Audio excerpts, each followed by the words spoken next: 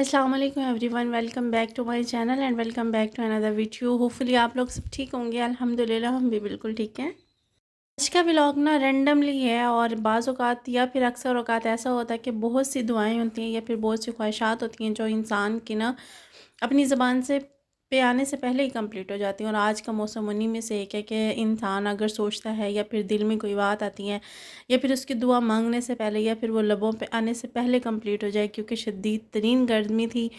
और जो ये व्लॉग है वो थर्सडे का है और नेक्स्ट फ्राइडे वाले दिन तो इंतहा की फिर गर्मी हुई। शायद ना ज़मीन की हब्स निकली थी या फिर इतनी ज़्यादा शदीद गर्मी के बाद जैसे ही बारिश हुई तो वो जैसे ही तपती हुई ज़मीन पे पड़ी तो वो अपना उल्टा ही असर दिखा रही थी।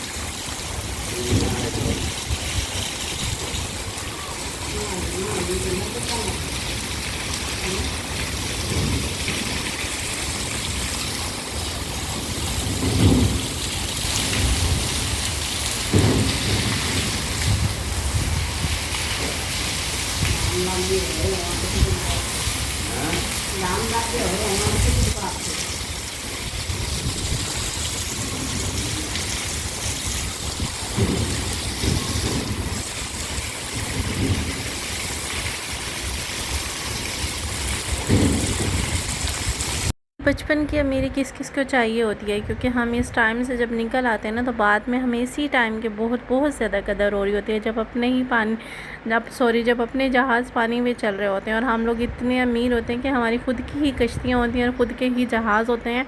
और साथ में वो जो खुशी होती है ना उसको तो बयान ही नहीं किया जा सकता कि जो इस बचपन में मिलती हैं। हमें इस बचपन से निकलने का तो बहुत शौक़ होता है, लेकिन इसी बचपन को हम याद करके फिर बड़े अफसरदा हो रहे होते हैं।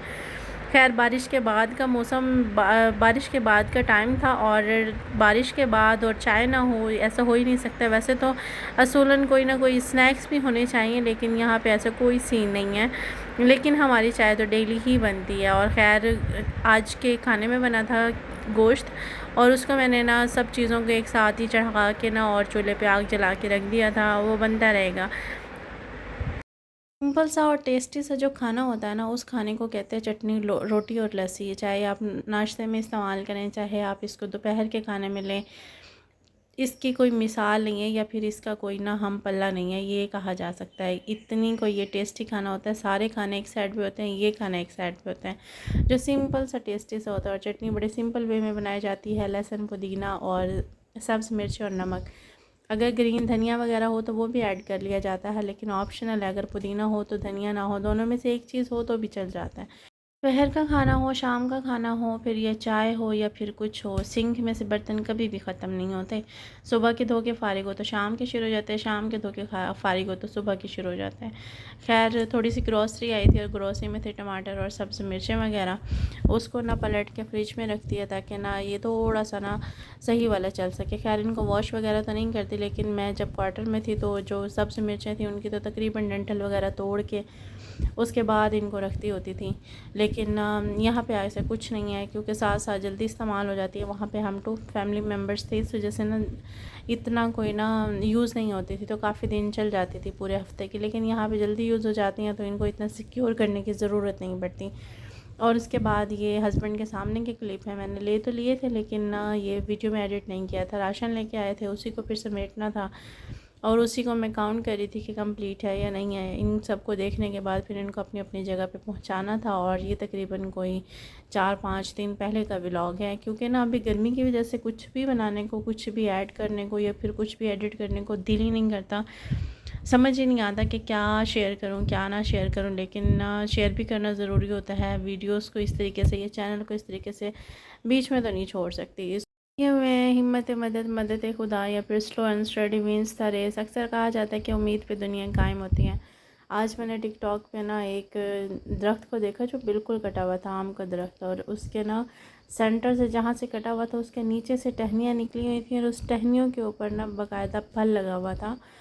वहाँ पे लिखा हुआ था कि जो भी अल्लाह ताला की ना रहमत से मायूस हो चुके हैं या फिर जिनको लगता है कि हमारी ज़िंदगी में कुछ नहीं है ना, तो वो इधर इस दरख्त को देखें जो मुकम्मल तौर पर ना कट चुका है लेकिन उसके बावजूद इस पर फल लगा हुआ है। तो अल्लाह ताला हर चीज़ पर कादिर है, वो कुन फ़ाया कुन का मालिक है, वो कहीं से हमारे लिए रास्ते निकाल सकता है। हमारी ज़िंदगी कहाँ से एक नया मोड़ ले ले, हमारी ज़िंदगी कहाँ से दोबारा स्टार्ट हो जाए हमें नहीं पता, लेकिन हमें खुदा पर यकीन ज़रूर रखना चाहिए। बहुत सी चीज़ें ऐसी होती हैं जो सोशल मीडिया पर ना हमें देखकर हिम्मत भी देती हैं, हौसला भी देती हैं, लेकिन बहुत सी चीज़ें ऐसी होती हैं जो हमें डिसहार्ट भी कर रही होती हैं।